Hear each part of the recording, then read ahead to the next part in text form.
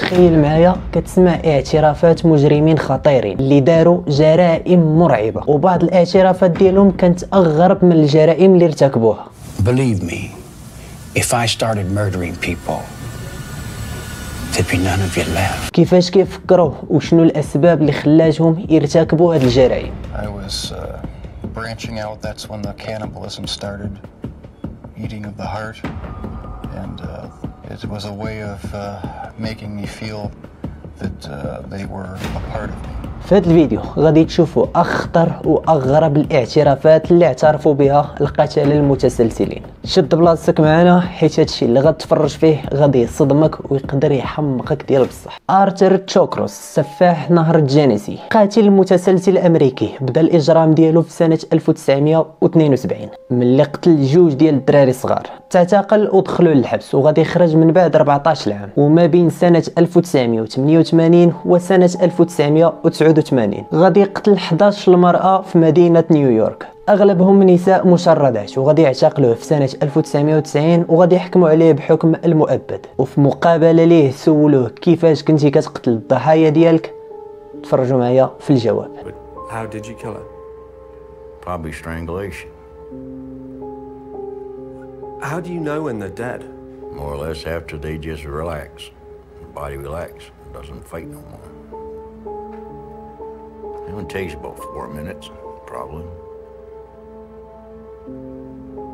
Sometimes less than that. إيلين وورنز المجرمة الأمريكية اللي قتلت 7 ديال الرجال في عام واحد، وديما كتقول أن الضحايا ديالها كانوا كيحاولوا يتعداو عليها. هاد المجرمة كانت خدامة في الدعارة وديما كانت كتستهدف الزبائن ديالها. ديك اللعبة ديال دخل نعيشك الحب موت شكون قالها لك، اللي غادي تعتقل حتى هي في سنة 1991 وحكموا عليها كذلك بنفس الحكم اللي هو الإعدام. وفي المقابلة ديالها قبل الإعدام سمعوا معايا اشنو قالت.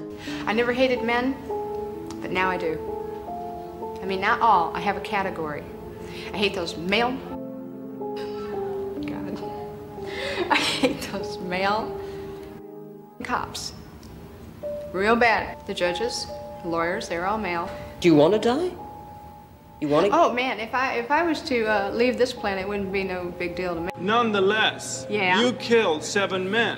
Yes, you And I'm did. asking you, what got you to kill the 7 And I'm men? telling you because the cops let me keep killing them, Nick. Don't you but not- get it? جوزيف كالر واحد من اخطر المجرمين اللي غتقدر تشوفهم في حياتك، ومن اغرب القتله المتسلسلين غتشوف فيه في وجهه غادي تعرف انك واقف قدام واحد مريض نفسي ديال بصح. سنة 1974 هو والابن ديالو مايكل غادي يقتلوا 3 ديال الناس، واحد منهم من العائلة ديالهم. You murdered your own son? Yes, I did. Why did you do that? He was a sacrifice. I was to murder 3 million people on planet Earth. And he was a sacrifice to see if I could murder one of my own. At the end of murdering all the people on Earth, I was going to murder my own family and then take my own life and become God. التصريحات ديالو في المقابلة كتحمق وماشي نورمال. داكشي اللي صرح به هاد المجرم ما كيدخلش العقل نهائيا. What do you think of the death penalty? I'm opposed to it. The state has no right to take your life, but you can murder other people? I don't think anyone has a right to take a life. Except you? When I'm under hallucination, I do.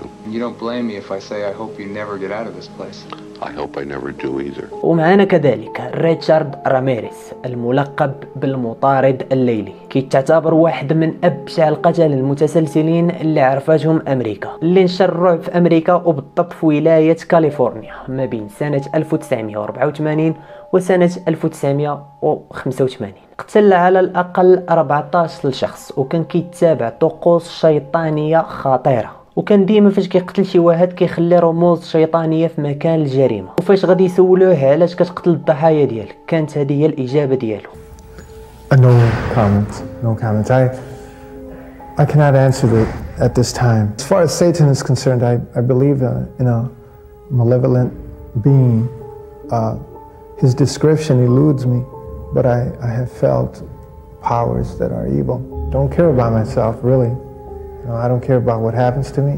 تشارلز مانسون زعيم طائفة الموت في الستينات غادي يأسس واحد الطائفة وسماها عائلة مانسون. Maybe I haven't done enough. I might be ashamed of that for not doing enough.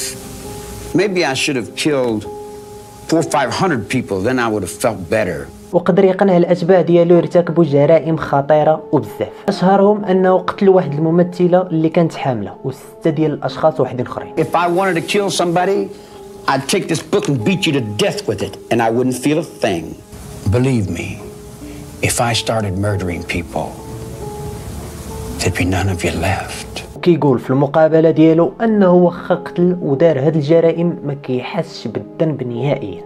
تفرجوا معايا في المقابله ديالو. Remorse for what?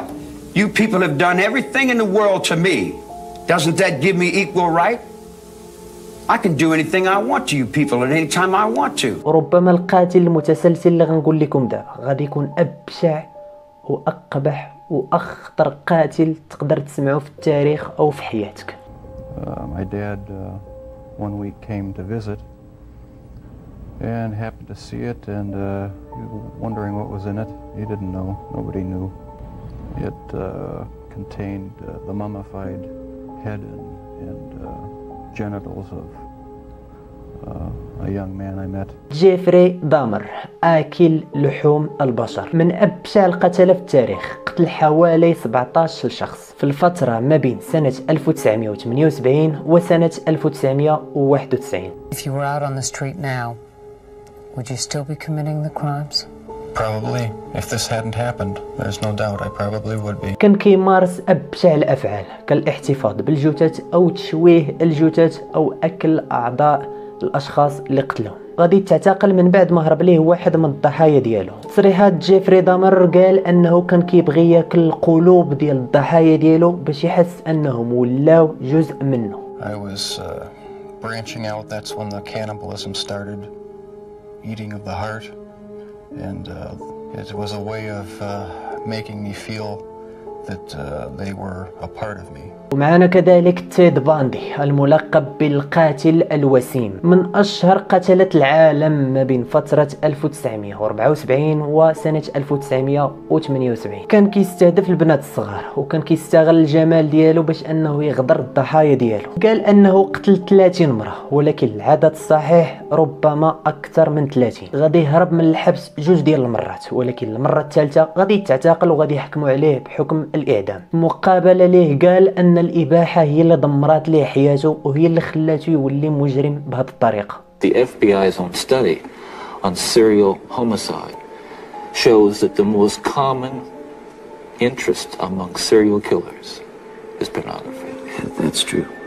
And it's real. It's true. مهما كانت اعترافاتهم غريبة خصنا ديما نعرفوا أنهم قتلة ومجرمين وأن القتل وهاد الجرائم كاملة ما عندها حتى شي مبرر. كيف ما كاين الخير كاين حتى الشر والشر كيجي بطرق اللي ما يقدرش يستوعبها العقل البشري. الله يحفظنا ويحفظكم من كل شر. وإلا كنتي وصلتي حتى لهاد النقطة من الفيديو ما تنساش أنك تابونا معايا في لاشين باش ديما يوصلوك فيديوهات جداد وقصص مرعبة ومشوقة. وإلا عجبك هاد الفيديو ما تنساش لايك وكومونتير، بارطاجيو الفيديو مع اصحابكم ونتلاقاو في فيديو جاي.